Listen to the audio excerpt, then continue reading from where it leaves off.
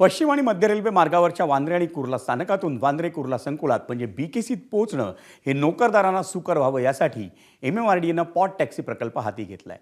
वांद्रे स्थानक ते कुर्ला स्थानक व्हाया बीकेसी या पॉड टॅक्सी मार्गिकेच्या कामासाठी आज भूमिपूजन करण्यात आलं.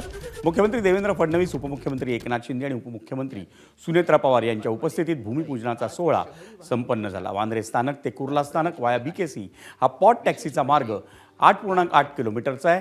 तो येत्या 3 वर्षात पूर्ण होईल अशी अपेक्षा आणि त्यामुळे 2029 साली या मार्गावर पॉड टॅक्सी धावताना दिसली.